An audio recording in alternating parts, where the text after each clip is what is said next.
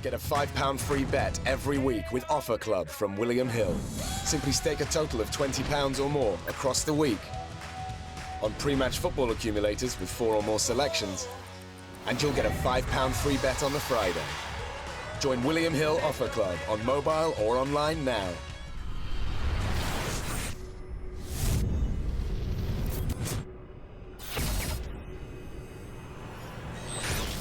Ready? I'm ready, lad. James Sold at IFL TV in association with Matt in my bow. With me, I've got the WBC World Champion Tony Bellew. I'm still. After his emphatic victory over BJ Flores in the 3rd round. BJ Flores taking some brutal punishment. That's sealed, Dad. Before we move on, Yeah, it's sealed. let's talk a little bit about the fight. How do you assess your performance tonight, Tony?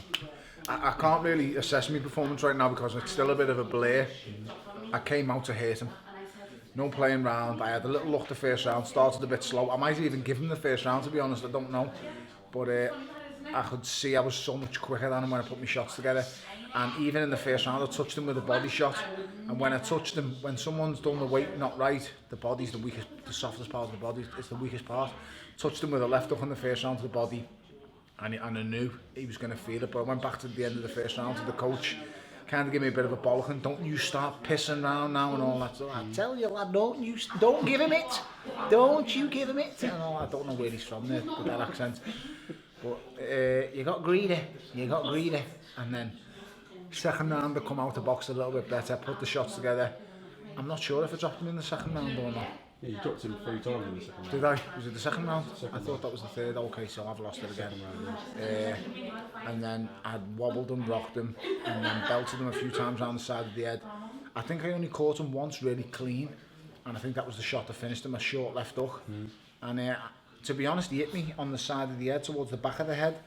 Was that when you was coming in and throwing the right hand? Yeah, as I did think. So I could, to be fair, my right hand was quick tonight, and I was timing it correctly and getting it off. The way you was queuing it up and teeing up, you Yeah. could see the fear in his face. Yeah. He didn't really like that shot. I say to people all the time, they look across the ring at me, and they see, and this might not make sense to you, but the tall, skinny, fat kid, and that I say that appearance because that's the appearance I have. It's similar to Nate Diaz in the UFC.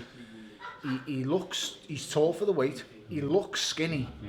But he's got fat on his body. It's just the way it is. I don't train to look aesthetically great. I don't train to have a six-pack. If I could have one, if I trained to have one, but I don't train to get a six. I train to get boxing fit. I train sport specific, and that's why I look the way I do. I kind of look like a travelling fighter who fights in car parks. That's the best way of describing me. I look like something off Fight Club. But I'll tell you something, mate. I can fight. And BJ found that out the hard way tonight. I hit him to the body. I hit him to the head. I was hitting him, mate, every single time I connected, and nobody's done that to him. He's fought a lot of big punches, he's fought a lot of good guys, and no one has absolutely blitzed him and bamboozled him the way I did tonight, and I'm happy to shut the mouthpiece down. I'll be honest, I don't know whether I should have gave him me condolences at the end, and I don't know whether I should have really spoke to him, I don't know whether I should have blanked him, but I'm just trying to be respectful and be a good person, so I think I might have shown that, but I might have shown myself.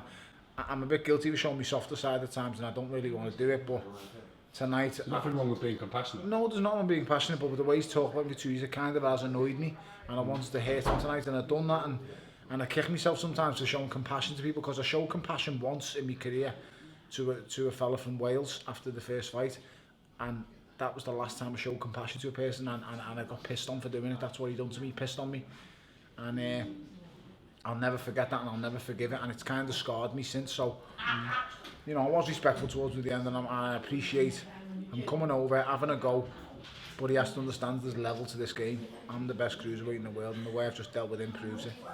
Halfway through the first round, second round, you looked like you was goading the former unified cruiserweight champion David Haye. Yeah, he was ringside.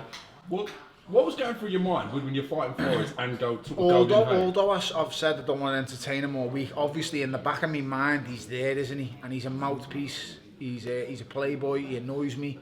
Listen, I've got a huge amount of respect for his fighting style. You cannot knock his fighting style. He's probably the most dangerous heavyweight in the world without a belt. If you were a heavyweight champion of the world, you had a belt, you wouldn't want to fight him. I'm just not going to give you my opinion on him on camera because it's not good what I've got to say about him. So I just stop right there. Stop right there right now. Let's just stop right there. Yeah, So he's probably the most dangerous heavyweight in the world right now who hasn't got a belt. So, and you've got to understand why he's a skilled fighter. He's dangerous, but understand me. Go past 2 rounds with that Playboy pussy, and he is not going to know where they're coming from. Just go past the first 2. He can say whatever he wants. I've heard what he's just said tonight. He'll beat me with one hand. Well, you know the last time we sparred, I was a boy coming off my first ABA title. And let me tell you, mate, he hit me. Adam Booth was there to witness it. Hit me with the best he had, and nothing happened. And he was shocked, shell-shocked, that I was still standing.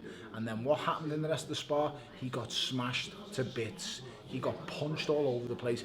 Pricey hit him with a right hand and spun him 360, and he got put on one knee by me. The next day, he pulled out of his fight with Mark Hobson, and Mark Hobson went to the local media at the time. There wasn't Twitter at the time. Mark Hobson put something in the paper and said, I heard you got a hiding off 2 heavyweights in Liverpool.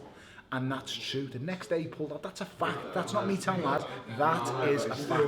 Many years ago, doesn't really have much of a reflection on the fight happening now. But I'm just letting you know, when I was a boy, fresh off my first ABA title, I kicked his ass in the gym, and he paid me £100 for doing it. This time, I'm going to get paid a lot more for kicking his ass.